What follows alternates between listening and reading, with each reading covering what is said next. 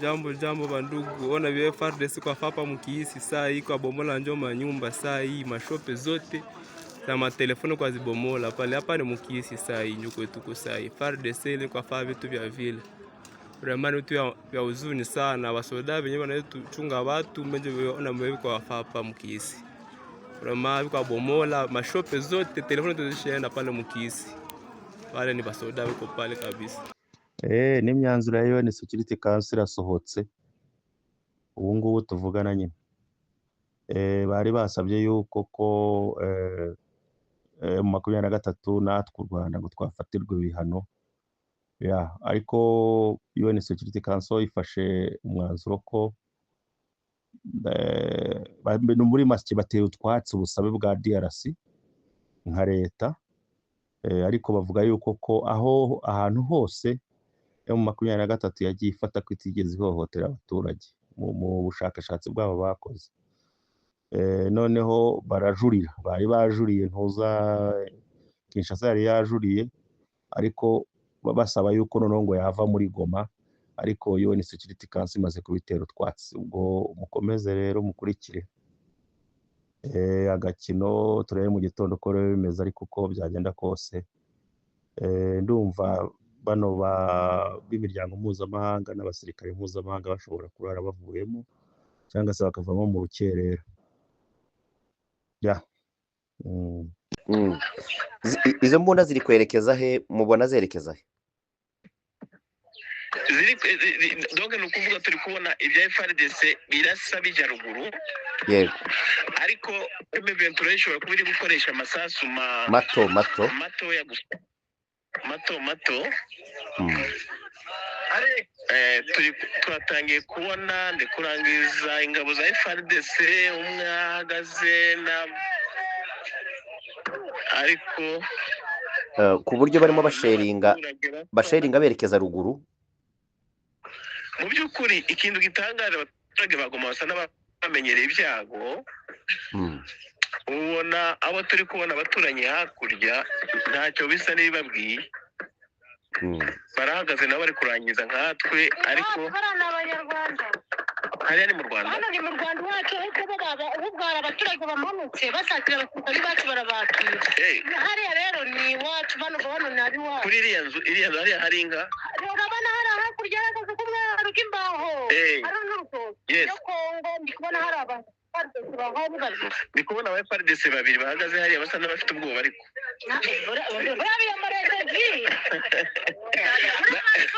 nawe urabyumva mande ibyo turimo hano ndabyumva rwose mukomeze muganire mukomeze mutubwire rwose buriya bagiye kwiruka biza mu Rwanda barangije kwiyambara civile buriya bambuye civile kuba bakira nk'abaturage wabuhunze bakakuvuga buriya basanga abasoda bamaze gukuramo imyenda bari kwiruka cyane rwose buriya birukanze byatangiye bitema ngenda byumva ko nuko byatangiramo imbunda nini n'imbunda ntoya ariko abasirikari ba Kongo ntabwo yabagihagaze hariya kuko akuramo imyenda wakambuka mu baturage muri gitondo byatangiye sanga bitangiye nko masaa 12 n'igice gutyo mutagiye gusenga wajya gusenga uri kumva ibi bintu ntabwo wakwicara kabisa usamuhagaze kumbona ari hafi mufite impungenge ko bashobora kubateramo igisasu byaba babitera ariko nta mpungenge dufite ndabona ingabo zibarinze dufite ingabo zacu ziri mu mupaka ziri kutureberera uko ziri kwakira abakongomani se ni twebwe twagira ikibazo nawe urabyumva singaba reba dore ndabona abasirikari dore ngaba tusi turabona barimo kwiruka dore ngaba suri kumwana byo muri kubona ariko dumi FARDC dore ngaba barimo kumanuka buriya niba bakuyemo imyenda bari gusanga ni abanyarwanda ubwabo bakire ni ukuri ntabwo ashobora urabyumva rero umunyamakuru ingabo za FARDC zatangiye gusa n'izihunga yego bakuyemo imyenda bamwe bahuye n'umuriro batangiye kuvanamo imyenda ku buryo abaturage bababona uko bari guhunga abaturage nta uwo batandukanye n'abaturage bakuramo imyenda bavanyamo imyenda bakaba abaturage nk'abandi bakaba banahungira mu Rwanda kimwe n'abaturage bakaba banahungira mu Rwanda. Wowe igaragaza ko umweru niwo muri Kongo ni muri Kongo kandi hari iposita yabo hari uri kuhabona nta n'umwe none donc iriya ni yari kayi y'igisirikare itawa urabona twebwe itawa yacu dore ngiye hano kuri aka gatari urabona n'umwana uragiye inka itawa yacu ni haraguru yabo rero iri kuri kariya kazu k'umweru urabona ko nta n'umuntu n'umwe uhabona nose ubwo wamukura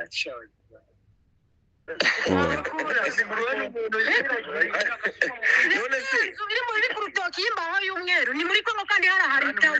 ni muri Kongo hari itawa ya karindwi ni kuri karindwi niho bavuga kuri barone karindwi rero urabona nta musirikari uhagaragara wa Kongo bigendeye none se urabona hari umuntu umwe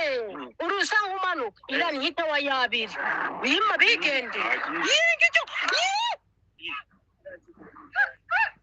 kigiye kugwa mu Rwanda hano gutya murabona ko hari ibyo bari kohereza mu Rwanda ni ibisasu bari kohereza ku butaka bw'u Rwanda hano gutya imbere y'ikigo cyo mu Rwanda cyitwa mu Bisizi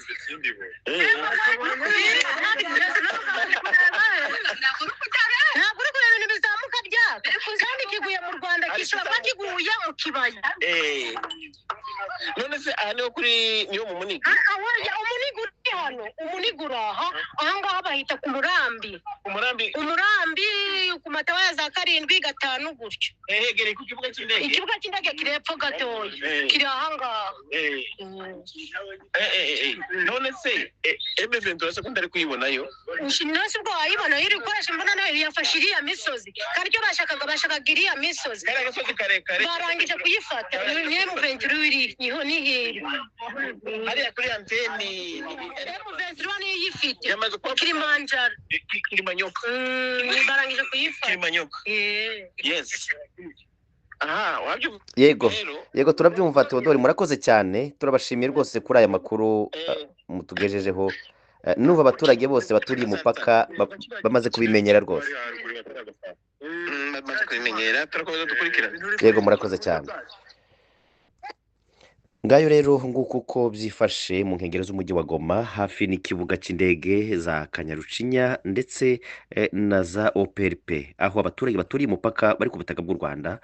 barimo bareba uko birimo bigenda uwo rero ari mugenzi wacu Theodore Magarambe watugezagaho amakuru we ari kubikurikirana hafi turabashimiye turakomeza tubakurikiranira amakuru mwari kumwe na Marivondation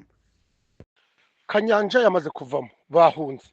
ikibati bari guhunga kuva ibiro bari guhunga Igoma hamaze kuzura ubu icyo bagomba gukora babwire n'abasirikari babo izo katanyama zirekure zihunge ho baje ikupora bapanda amabato cyangwa bamanika amaboko bareke M23 ibayobore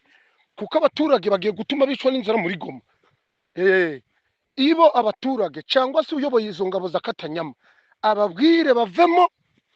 bamanika amaboko ariko abaturage ubu abeje bundi bavuye umugunga bakava za Burengo bari kurara ku mihanda Kanyanja yose imaze kumanuka Kibati imaze kumanuka Kuvero maze guhunga boreka abasirikare bakavamo M23 kabayobora aho abasirikare bakaja ku poro bagafata amabato bakagenda ariko abaturage bagatekana mubwira abasirikare bahunge Grake stere mimi niko mbato hapa saa hii niko mbato menda Bukavu niko mbato saa hii mshefu yangu aliingia mbato na mimi ndio nikaingia mbato hakuna amefanya M23 shingia mwingine M23 shakamata Goma ndio vile tuko mbato na gouverneur na commandant region ba autorite yote ya mwingine sio tuko mbato hapo tuko mbato Emmanuel 4 tunaenda sasa. Ndugu yangu na mbona nakimbilia mpaka wapi? Simubakie tu kwa nyumba, hakuna njia ya gari, hakuna njia ya mai, ukata kimbilia Rwanda shehe wote yakosi na hapo kule ni kubaadui na Rwanda ndio baadui na wale wa Rwanda ndio baadui.